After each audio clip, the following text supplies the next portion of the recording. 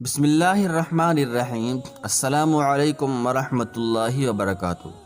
حضرت حسن بصری رحمت اللہ علیہ کا زمانہ ہے۔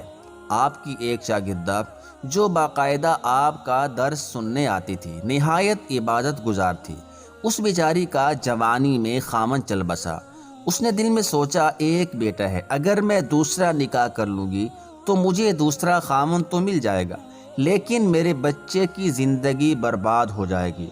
اب وہ بچہ جوان ہونے کے قریب ہے، یہی میرا سہارا سہی۔ لہذا اس عظیم ماں نے یہی سوچ کر اپنے جذبات کی قربانی دی۔ وہ ماں گھر میں بچے کا پورا خیال رکھتی، لیکن جب وہ بچہ گھر سے باہر نکل جاتا تو ماں سے نگرانی نہ ہو پاتی۔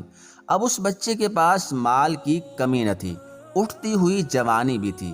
یہ جوانی دیوانی مستانی ہو جاتی ہے، چنانچہ وہ بچہ بری صحبت میں گرفتار ہو گیا، شباب اور شراب کے کاموں میں مصروف ہو گیا۔ ماں برابر سمجھاتی لیکن بچے پر کچھ اثر نہ ہوتا، چکنا گھڑا بن گیا۔ وہ اس کو حضرت حسن بصری رحمت اللہ علیہ کے پاس لے کر آتی۔ حضرت بھی اس بچے کو کئی گھنٹے سمجھاتے، لیکن اس بچے کا نیکی کی طرف رجحان ہی نہیں تھا۔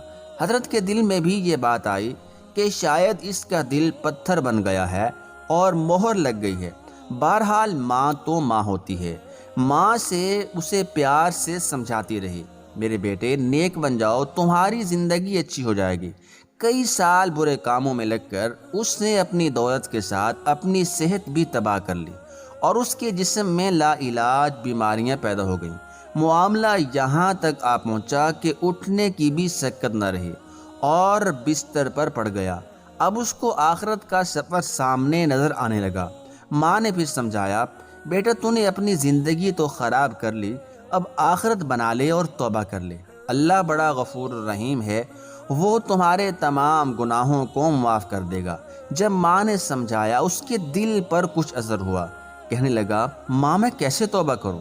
میں نے بہت بڑے گناہ کیے ہیں۔ ماں نے کہا، بیٹا حضرت سے پوچھ لیتے ہیں۔ بیٹے نے کہا، ماں اگر میں فوت ہو جاؤں تو میرا جنازہ حضرت حسن بصری رحمت اللہ علیہ پڑھائیں۔ ماں حضرت کے پاس گئی۔ حضرت کھانے سے فارغ ہوئے تھے اور تھکے ہوئے تھے اور درس بھی دینا تھا، اس لیے قیلولہ کے لیے لیٹنا چاہتے تھے۔ ماں نے دروازہ کھٹکھٹایا، پوچھا، کون؟ عرض کیا، حضرت آپ کی شاگردہ ہوں، میرا بچہ اب آخری حالت میں ہے، وہ توبہ کرنا چاہتا ہے، لہٰذا آپ گھر تشریف لے چلیں۔ حضرت نے سوچا، یہ پھر دھوکہ دے رہا ہے اور میرا وقت ضائع کرے گا اور اپنا بھی کرے گا۔ سالوں گزر گئے، اب تک کوئی بات اثر نہ کر سکی، اب کیا کرے گی؟ کہنے لگے، میں اپنا وقت ضائع کیوں کروں، میں نہیں آتا۔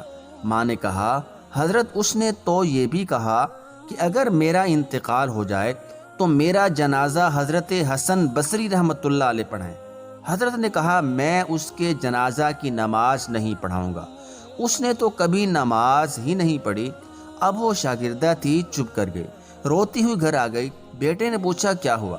ماں نے کہا، ایک طرف تیری حالت اور دوسری طرف حضرت نے انکار کر دیا۔ اب یہ بات بچے نے سنی تو اس کے دل پر چوٹ لگی اور کہا، ماں میری ایک وصیت سن لیجئے۔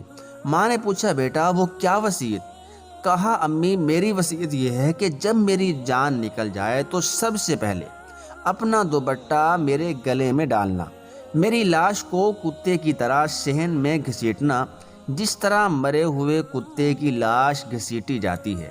ماں نے پوچھا، بیٹا وہ کیوں؟ کہا، امی اس لیے کہ دنیا والوں کو پتہ چل جائے کہ جو اپنے رب کا نافرمان اور ماں باپ کا نافرمان ہوتا ہے، اس کا انجام یہ ہوا کرتا ہے۔ پیاری ماں، مجھے قبرستان میں دفن نہ کرنا۔ ماں نے کہا، وہ کیوں؟ کہا، ماں مجھے اسی صحن میں دفن کر دینا، ایسا نہ ہو کہ میرے گناہوں کی وجہ سے قبرستان کے مردوں کو تکلیف پہنچے۔ جس وقت نوجوان نے ٹوٹے ہوئے دل سے عاجزی کے ساتھ یہ بات کہی تو پروردگار عالم کو اس کی یہ بات اچھی لگی، روح قبض ہو گئی۔ ابھی روح نکلی ہی تھی، ماں آنکھیں بند کر رہی تھی تو دروازے پر دستک ہوئی۔ پوچھا، کون؟ جواب دیا، حسن بصری ہوں۔ کہا، حضرت آپ کیسے؟ فرمایا، جب میں نے تمہیں جواب دے دیا اور سو گیا، خواب میں اللہ رب العزت کا دیدار نصیب ہوا، پروردگار نے فرمایا، حسن بصری تو میرا کیسا ولی ہے؟